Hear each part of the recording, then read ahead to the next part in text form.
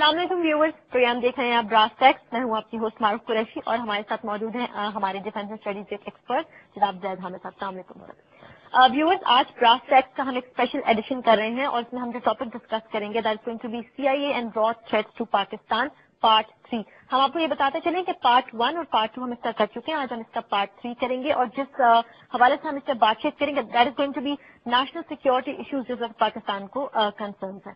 زید صاحب پلیز شروع کیجیے.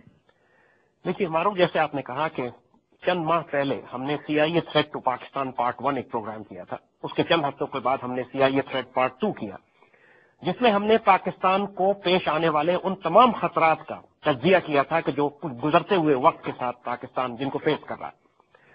آج پرٹیکولرلی ہم آج کے حالات کے مطابق کرنٹ اسٹریٹجک انالیسس کریں گے کہ اس وقت پاکستان کو داخلی اور خارجی طور پر کیا خطرات پیش ہیں. یہ انتہائی نازک معاملہ ہے، اس میں سخت باتیں ہوں گی اور ہم کھل کے بات کریں گے. دیکھیے، پاکستان اس وقت جس دور سے گزر رہا ہے اس کو اگر سمجھنے کی ضرورت ہے تو اس کے لیے ہم کو 20ویں صدی کے آخر کے یوگوسلاویا کی طرف جانا پڑے گا. یوگوسلاویا جب مارشل ٹیٹو کی سربراہی میں ایک مکمل ملک کی حیثیت سے یورپ میں تھا اور اس کے ٹوٹنے کے بعد، مارشل ٹیٹو کے انتقال کے بعد، یوگوسلاویا کو توڑنے کا پلان بنایا گیا امریکنز کی طرف سے، کیونکہ یوگوسلاویا پرائمریلی ایک پرو سوویت ملک تھا. انہوں نے فیصلہ یہ کیا کہ اس ملک کو توڑنا ہے. اور آپ کو یاد ہوگا کہ پھر بوسنیا کی جو لڑائی ہوئی ہے وہاں پہ سربینز اور بوسنینز اور کرویشینز اور مونٹینیگرو اور بوسنیا و ہرزیگووینا، وہ تمام ملک یوگوسلاویا ٹوٹ کے دنیا کے نقشے سے ختم کر دیا گیا. CIA نے جو اسٹریٹجی اور پلان یوگوسلاویا میں اپلائی کیا تھا وہی اسٹریٹجی اور پلان یہ پاکستان پر اپلائی کرنا چاہتے ہیں. Exactly the same. دیکھیے، یوگوسلاویا میں انہوں نے کیا کیا. ٹیٹو کے مرنے کے بعد ایک کمزور حکومت یوگوسلاویا میں آئی. جو سب سے پہلا اسٹیپ انہوں نے امپلیمنٹ کروایا وہ یہ کہ انتہائی کمزور، نکمی اور انکمپٹنٹ حکومت کو مسلط کیا گیا یوگوسلاویا کے اوپر، جو اس ملک کو، جو طاقتور ملک تھا اپنے دور میں، اس کو کنٹرول. ساتھ ساتھ اس حکومت سے انہوں نے کچھ کام کروائے. اس حکومت میں غدار تھے، ایسے لوگ تھے جن کو CIA خرید چکی تھی، اور اس حکومت کے ذریعے انہوں نے کچھ بڑے بڑے کام کروائے. پہلا کام جو انہوں نے کروایا وہ یہ کہ پورے پروونسز کے جو صوبے تھے، کرویشیا، سربیا، مونٹینیگرو، بوسنیا ہرزیگووینا، ان تمام صوبوں کے لا اینڈ آرڈر کے فنڈز روک لیے. یعنی لا اینڈ آرڈر کے جب آپ فنڈز روکتے ہیں ان علاقوں میں کیوس شروع ہو جاتا ہے، وہاں پولیس اور پیراملٹریز نہیں ہوتی اور وہاں پر کرائسس شروع ہو جاتا ہے، لا اینڈ آرڈر کا انصاف ختم ہونے لگتا ہے، ملیٹنسیز ڈیولپ ہونے لگتی ہیں. دوسرا کام انہوں نے یہ کیا کہ پروونشل اٹانومی کے نام پر انہوں نے صوبوں کو آزادی خود مختاری دینے کی بات کرنا شروع کر دی. ایسی صورتحال میں جب مرکز کمزور ہو اور آپ پروونشل اٹانومی کی بات کریں اور لا اینڈ آرڈر کے فنڈز بھی روک لیں تو یہ ایک سمپل ریسیپی ہوتی ہے کہ وہ صوبے بکھرنا شروع ہو جائیں گے مرکز سے ٹوٹ کے. اس کے بعد انہوں نے یہ کیا کہ بیڈ اکنامک پالیسیز، یعنی اس قدر بری اکنامک پالیسیز کی، ٹوٹل اکنامک مس مینجمنٹ کہ جس کے نتیجے میں اکنامک کرائسس اور کیوس شروع ہو گیا پورے یوگوسلاویا میں. آٹے دال کا بحران، آٹا نہیں مل رہا، کھانا نہیں مل رہا، بجلی کی پرابلم، گیس کی پرابلم، وہ سارے ایشوز وہاں کھڑے ہونا شروع ہو گئے. اور اس کے نتیجے میں جو ایک اور جو ایشو انہوں نے شروع کیا کہ جب ملیشیاز، لوکل ملیشیاز مختلف علاقوں میں، بوسنینز اور سربس کی الگ ملیشیاز بن گئے، کرویشینز کی الگ ملیشیا، مونٹینیگرو کی الگ، تو ان ایشوز میں آپس میں ملیشیاز کا تصادم اور کلیش شروع ہو گیا فیڈرل آرمی کے ساتھ. یعنی جو بلگراڈ کی، جو یوگوسلاویا کی فیڈرل آرمی تھی، اس کی جنگیں شروع ہو گئی ان کے ساتھ. بنیادی طور پر چونکہ سرب ڈومینیٹڈ ملک تھا وہ، لہذا باقی تمام صوبوں نے ایتھنک لائنز پر، قومی، لسانی اور ان تمام لائنز کے اوپر اور مذہبی مذہبی بنیادوں پہ، بوسنینز مسلمان تھے، کرویشینز اور سربینز عیسائی تھے، ان تمام ایکسس کے اوپر ایک شدید جنگ شروع ہو گئی اور پراکسی وارز مختلف ایلیمنٹس کو، مختلف گروپ سپورٹ کرنے لگے. سربینز کو رشین سپورٹ کر رہے تھے، اسی طرح کرویشینز کو اور بوسنینز کو امریکن نے سپورٹ کرنا شروع کیا، اور ایک کیوس اور کرائسس کھڑا ہو گیا اس ملک میں، اور تمام تر فوجی طاقتوں کے باوجود وہ ملک بکھر کے الگ ہو گیا.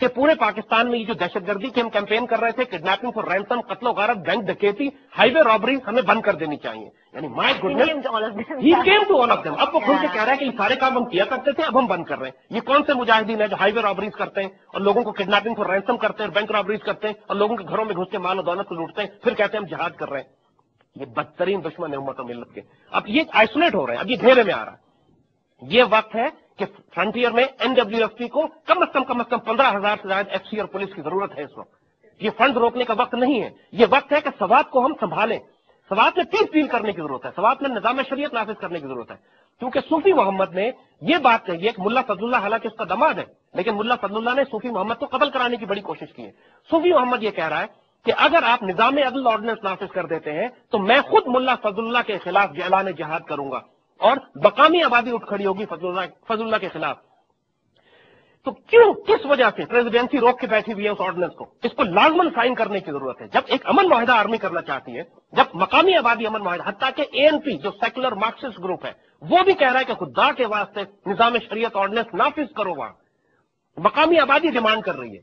تو پھر کیا ضرورت ہے؟ کیوں سائن نہیں کرتے ہیں؟ اور پھر جب وہاں پولیس ہی نہیں ہے، سوات میں پیراملٹری نہیں ہے، تو ساری ذمہ داری فوج کی آ جاتی ہے، حتیٰ کہ پولیس اسٹیشن میں فوج کو کھڑا کرتے ہیں. اب یہ سارا کھیل جو کھیلا جا رہا ہے، میں نے آپ کو یوگوسلاویا کی مثال جو ہم نے دی ہے وہ اسی وجہ سے کہ try to understand this is the game plan we are facing today. اللہ کے فضل سے آن گراؤنڈ سچویشن بہتر ہوئی ہے سوات میں، ناردرن ایجنسیز میں بہتر ہوئی ہے صورتحال. کوئی ٹرائبل ایریا ہمارے ہاتھ سے نہیں نکل رہا ہے، کوئی سوات ہمارے ہاتھ سے نکل کے نہیں گیا. اب سوات میں جو ملیٹنٹس ہیں 3-3, 4-4, 5-5 کے گروہوں میں جو مقامی آبادی میں چھپ کے دہشت گردی کرتے ہیں، وہ کہ ٹیک اوور نہیں کر سکتے ویلیز کو. ایک بم دھماکہ کر کے اسکول توڑ دیتے ہیں، بڑی خبر ضرور بن جاتی ہے، لیکن اس کا مطلب نہیں ہے کہ ویلی پہ انہوں نے قبضہ کر لیا ہے. اسٹریٹجیز موجود ہیں، ملٹری اسٹریٹجی بھی ہے اور ایک پولیٹیکل اسٹریٹجی بھی ہے، مگر فیڈرل گورنمنٹ دونوں اسٹریٹجی پر بیٹھی ہوئی ہے اور کسی قسم کا کوئی موومنٹ نہیں ہونے دے رہا، کوئی ایکشن نہیں لینے دے رہا ہے. اور پھر پروونشل اٹانومی کے بل جیسے ہم نے بات کی. اکنامک مس مینجمنٹ کا حال یہ ہے کہ پورے پاکستان کو IMF کے نیچے دے دیا گیا. ہر شرط IMF کی مانی جا رہی ہے. پہلی دفعہ پاکستان کی تاریخ میں پیٹرول، گیس اور ڈیزل ایک ہی قیمت کے ہو گئے تقریباً. اب لوگ گیس پہ گاڑی چلانا مہنگا پڑتا ہے، پیٹرول پہ گاڑی چلانا سستا پڑتا ہے. یہ کس قسم کی مینجمنٹ ہو رہی ہے؟ پوری دنیا میں پیٹرول سستے سے سستا ہوتا جا رہا ہے، یہاں مہنگے سے مہنگا کرتے چلے جا رہے ہیں لوگ. یہ ساری کرپشن ڈیلیبریٹلی پلان کی گئی ہے کہ ملک کی عام آدمی کی کمر توڑ کے رکھ دی جائے. اس لیے ایک ایک موو اس کا کیلکولیٹڈ ہے کہ اور اس وقت ہم صاف بتا رہے ہیں کہ پاکستان کے نیوکلیر اور میسائل پروگرام کے 40% فنڈز کاٹ دیے گئے صرف پچھلے 6 ماہ، اور میسائل ریسرچ اینڈ ڈیولپمنٹ بند کر دی گئی ہے، نئی انڈکشنز بند کر دی گئی ہیں. یہ جو کچھ ہو رہا ہے پاکستان کے ساتھ اس وقت، یہ صرف اور صرف غداری ہے.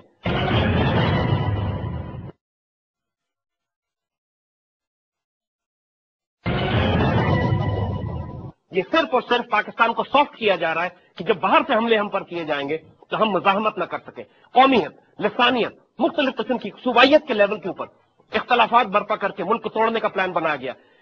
اوباما نے اپنی فورسز ڈپلوائے کرنا شروع کر دی ہیں افغانستان میں. یہ پہلے کہا کرتے تھے کہ اوباما آئے گا تو ڈرون حملے بند ہو جائیں گے. ان کی خوش فہمی ہم اس وقت کہا کرتے تھے، خوش فہمی اب واضح ہو گئی ہے، ان کی ختم ہو گئی ہے کہ اوباما نے آنے کے بعد حکم دیا ہے کہ حملے بڑھا دیے جائیں. اب کیوں نہیں جواب دیتے یہ لوگ جو اس وقت کہتے تھے کہ اوباما کے آنے کے بعد حملے بند ہو جائیں گے؟ اس وقت بھی جھوٹ بولتے تھے، اب بھی جھوٹ بول رہے ہیں قوم کے ساتھ. یہ اوباما نے اب ڈرونز نہیں بھیجے گا، وہ یہ تو صحیح کہا انہوں نے.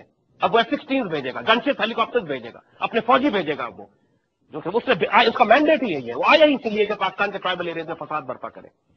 ہمارے پاس بحثیت ایک قوم اب ہمیں اپنے آپ کو ری آرگنائز کرنا ہے. تیاری کیجیے، سخت وقت آنے والا. ہم جو غلطیاں کر چکے ہیں اس میں ہو سکتا ہے ہمیں کوئی چوٹ لگے، ہمیں مار بھی پڑے، لیکن زندہ قومیں تھوڑی چوٹ لگنے سے مر نہیں جاتی. آسمان نہیں گر جائے گا کچھ بھی. حوصلے سے کام رکھنا ہے، ہمیں اپنے حوصلے قائم رکھنے، اپنی قوم کو متحد رکھنا ہے. ہمیں ایسٹرن اور ویسٹرن دونوں فلانک سے خطرہ ہے، اور سب سے بڑا خطرہ ہمیں اپنے اندر کے فلانک سے. سوات کی انسرجنسی کو جلدی ختم کرنے کی ضرورت ہے، چاہے پیس ڈیلز کرنی پڑے، چاہے فوجیں بڑھانی پڑے، چاہے پیراملٹری بڑھانی پڑے. اگر یہ کام نہیں کریں گے اور باہر سے ہمیں خطرہ ہو گیا تو پھر ہمارے ڈویژن پھنسے رہیں گے سوات میں، اور صرف ہمارے دشمنوں کو فائدہ ہوگا اس کا. اگر یہ حکومت یہ فیصلے نہیں کر رہی ہے تو پھر اس کو جواب دینا پڑے گا قوم کے آگے بھی اور اللہ کے آگے بھی. یہ انتہائی خطرناک معاملات ہیں، لیکن پھر ہم ساتھ تسلی دے رہے ہیں. اللہ کے فضل سے حالات آن گراؤنڈ اس بات کے باوجود کہ ان لوگوں نے کوشش پوری یہ کی ہے کہ حالات آپے سے باہر ہو جائیں. بلوچستان لبریشن آرمی کوئی صوبہ توڑ کے الگ نہیں کر پاتی، اس کی ملٹری کیپیسٹی بہت حد تک توڑ دی گئی ہے. وہ چند ایک غیر مقامی افراد کو قتل کر سکتی ہے، پائپ لائن توڑ سکتی ہے، لیکن صوبہ الگ نہیں کر سکتی اللہ کے فضل سے. تحریک طالبان پاکستان ٹرائبل ایریاز میں بری طرح کمر توڑ دی گئی ہے اس کی، اور بیت اللہ محسود پر بھاکرن کی طرح پیس ڈیلز کرنے کے چکروں میں سوات میں ملا فضلاللہ کے ملٹنٹس کو بری مار پڑی ہے وہاں پہ پچھلے 2-3 ہفتے میں، جب سے نیا ڈویژن گیا، جب نئی اسٹریٹجی ڈپلوائے کی گئی ہے، ان کو بہت زیادہ نقصان اٹھانا پڑ رہا ہے ملٹنٹس کو وہاں پہ. آپ وہاں بھی بہتر ہوں گے، لیکن مزید سپورٹ کی ضرورت ہے. اگر گورنمنٹ سپورٹ نہ کرے، میڈیا سپورٹ نہ کرے، فنڈ نہ دیا جائے، پولیس نہ ہو، پیراملٹری نہ آئے، تو پھر کس طریقے سے آرمی اکیلے کام کرے گی وہاں جا کے؟ یہاں سیاستدان کہتے ہیں فوج کو سوات سے بلا لیں، یہ کوئی نہیں بات کرتا کہ بلا کے کس کو بھیجے وہاں پہ. کون سی پیراملٹری اور پولیس ہے وہاں پہ جو بھیجی جائے، جس کے فنڈ کیوں روکے ہوئے صدر ہاؤس میں، کیوں آرڈیننس میں سائن نہیں کرتے نظام شریعت کا جو وہاں پہ. آج ہم نے پورا کھیل واضح کر دیا. گھبرانے پریشان ہونے کی بات نہیں ہے، یہ چیلنج ہے جس کو ہم نے کنفرنٹ کرنا ہے، جس کو ہم نے ریزالو کرنا ہے. اللہ کے فضل سے حالات انشاءاللہ بہتری کی طرف بھی جا رہے ہیں ان تمام مشکلات کے باوجود، لیکن ہمارے پاس ٹائم تھوڑا ہے. انڈیا اپنے آپ کو آرگنائز کر رہا ہے. انڈینز آر جسٹ ویٹنگ کہ جب امریکن مغرب سے پاکستان کو پینیٹریشن کریں گے، جب امریکن کی سپلائی لائن پاکستان میں بند ہوگی اور امریکن گوادر کو سیٹ کریں گے اور چاہیں گے بلوچستان کے ساؤتھ سے راستہ کاٹتے ہوئے ہلمند یا افغانستان کے اندر اپنا ایک روٹ بنا لیں، تو اس صورتحال میں انڈینز بہت میجر تھریٹ ہمارے لیے ہوں گے. پاکستان کا نیوکلیر اور میسائل پروگرام اس وقت سب سے زیادہ خطرے میں ہے. ہم کو اور یہ وقت اس کے فنڈز کاٹنے کا نہیں ہے، یہ اس کی مزید ڈیولپمنٹ کا ہے. یہ وقت اس بات کا ہے کہ مزید اپنے نیوکلیر میسائل پروگرام کو ڈیولپ کریں، اس کو سیکیور کریں، اس کو ڈپلوائے کریں. اور پاکستان کے لیے یہ نازک وقت ضرور ہے، لیکن زندہ قومیں اٹھتی ہی اس وقت ہیں جب نازک وقت آتا ہے. ایز اے نیشن اللہ کے فضل سے ہم حوصلے میں بھی ہیں اور یہ وارننگ بھی دیتے ہیں اپنے دشمنوں کو کہ ہم لوگ غافل ضرور ہیں، لیکن ہمیں یکجا کرنے کے لیے دشمن کافی ہوتا ہے. انڈیا کے ساتھ تو ہمارا کرکٹ میچ بھی پانی پت کی لڑائی ہوتا ہے. اگر سچ مچ کی لڑائی ہوگی پھر یہ دیکھے گی یہ کون سی جو خالد طارق اور ٹیپو کی اولادیں ہیں یہ کس طرح کھڑے. ہمیں کوئی فرق نہیں پڑتا کہ اگر ہمیں شروع میں چوٹ لگ جائے یا نہ لگے، ہم نے غلطیاں کی ہیں، چوٹیں لگیں گی، ہمیں خطرہ ہمیں اس بات کا، لیکن انشاءاللہ نئی قیادت جذبہ بھی ہوگا. اور پھر ہم یہ بات پھر انڈیا کو ایک دفعہ کہتے ہیں کہ جنگ شروع تم کرو گے. اس خوش فہمی میں نہ رہنا کہ اگر شروع میں ہمیں چوٹ لگ گئی تو تم نے سب کچھ حاصل کر لیا. شروع تم کرو گے، ختم ہم کریں گے، اور پھر ہماری شرائط ہوں گی اس جنگ کو ختم. یہ بات ایک حکمرانوں کو بھی سمجھ لینا چاہیے. ان سے بڑے بڑے حکمران پہلے نکل کے چلے گئے جن کی قبروں کے نشان آج نہیں ملتے ہیں. یہ مملکت خداداد پاکستان صالح علیہ السلام کی اٹھنی کی طرح معجزے سے بنا تھا، معجزے سے قائم ہے. جو اس کو نقصان پہنچائے گا اللہ اس کا بیڑا غرق کرے اور کرے گا. ان حکمرانوں کو ہوش میں آنا چاہیے. ہمیں ایک نازک وقت میں ہے اور پوری قوم کو اس وقت شہادت اور قربانی کے لیے تیار ہونا چاہیے. اپنی غفلتوں کو چھوڑیں. بار بار یہ وارننگ آپ کو نہیں ملیں گی.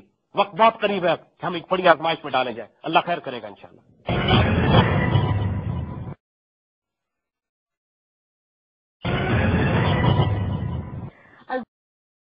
کی حدیث میں انہوں نے ایک دفعہ غزوہ ہند کا بھی ذکر کیا تھا، کیا ہم بھی اسی طرف جا رہے ہیں؟ دیکھیے، اس بات میں کوئی شبہ کی بات نہیں ہے کہ حضور صلی اللہ علیہ وسلم نے اپنی احادیث مبارکہ میں یہ بات واضح کر دی تھی کہ ایک وقت آئے گا کہ جب ایک فوج ہندوستان کو کیپچر کرے گی. اور یہ گزرا ہوا وقت نہیں ہے، یہ آئندہ آنے والا وقت ہے. اس لیے کہ یہ بات بھی بشارت فرما دی گئی تھی کہ ایک فوج جس نے ہندوستان کیپچر کرنا ہے، اس کے بعد یہ فوج واپس لوٹ کے جائے گی اور اسرائیل پر حملہ کرے گی اور حضرت عیسیٰ علیہ السلام کے ساتھ مل کر اس محاذ پر مقابلہ کرے گی اور جنگ کرے گی. کئی احادیث ہیں جن کو آپ جمع کریں تو تفسیر یہ بنتی ہے، اور یہ آئندہ آنے والا وقت ہے. اس کی جو بہت بڑی بشارت پاکستانی مسلمانوں کو ہے کہ وہ یہ کہ اللہ کے فضل سے وہ فوج جو انڈیا کیپچر کرے گی، جس کے شہداء کو حضور نے افضل الشہداء کہا ہے، اعلیٰ ترین شہداء. اور یاد رکھیے افضل الشہداء تو غزوہ بدر کے شہداء تھے، یعنی وہ شہداء جو انڈیا کیپچر کرتے ہوئے شہید ہوں گے ان کا درجہ بدر کے مقابلے پہ حضور نے فرمایا ہے. اس کے غازیوں کو اعلیٰ ترین غازی فرمایا ہے. اور یہ انشاءاللہ آنے والا وقت ہے. یہ نصیب پاکستانی قوم کا ہے، ہمارا ہے، ہماری فوج کا ہے. اللہ کے فضل اور کرم سے یہ نصیب ہمارا ہے. لیکن اگر ہم نے اپنے اعمال درست نہ کیے تو اللہ تعالیٰ مجبور نہیں ہے، ہمیں تباہ کر کے کوئی دوسری قوم لے آئے گا جس سے یہ کام کروائے گا، ہمارے بچوں سے کروائے گا، ہم سے اگر نہ کروائے. لیکن یہ نصیب ہمارا ہے. اگر ہم اس مقام پر اپنے آپ کو بلند کر پاتے ہیں، اقبال کا شاہین بنتے ہیں، اگر ہم وہ مجاہد بنتے ہیں، وہ شاہین بنتے ہیں جو اپنی منزل آسمانوں میں دیکھتی ہے، اپنی خودی اور اپنی غیرت اور اپنی عزت کی حفاظت کرتی ہے، جو اپنے اس رزق سے موت اچھی جس رزق سے آتی ہے پرواز میں کوتاہی پر عمل کرتے ہیں. ہم حرام کھانا چھوڑتے ہیں اور اپنی عزت اور غیرت کے لیے دنیا میں کھڑا ہونا جانتے ہیں. تو انشاءاللہ اس آنے والے غزوے میں یہ ہمارے نصیب میں ہوگا کہ ہم دہلی کیپچر کریں گے انشاءاللہ جا کے. یہ وقت نزدیک ہے، وقت کوئی بہت دور نہیں ہے. ہفتوں ہو، مہینوں ہو یا چند ایک سال ہو، قوموں کی تاریخ میں یہ کوئی معنی نہیں رکھتے. لیکن یہ جو کچھ ہو رہا ہے اس میں کوئی شبہ نہیں ہے کہ انڈیا کے ساتھ ایک فیصلہ کن جنگ کی تیاری ہماری بہت نزدیک ہے. جو کچھ ہو رہا ہے اسی کی تیاری ہے. چھیڑیں گے وہ ہم کو پہلے، لیکن پھر جب ہم جوابی کارروائی کریں گے تو وہ غزوہ ہند کا آغاز ہو جائے گا. ابھی وہ انسرجنسی تحریک طالبان کو سپورٹ کر رہے ہیں، بلوچستان انسرجنسی کو سپورٹ کر رہے ہیں، سوات کو سپورٹ کر رہے ہیں.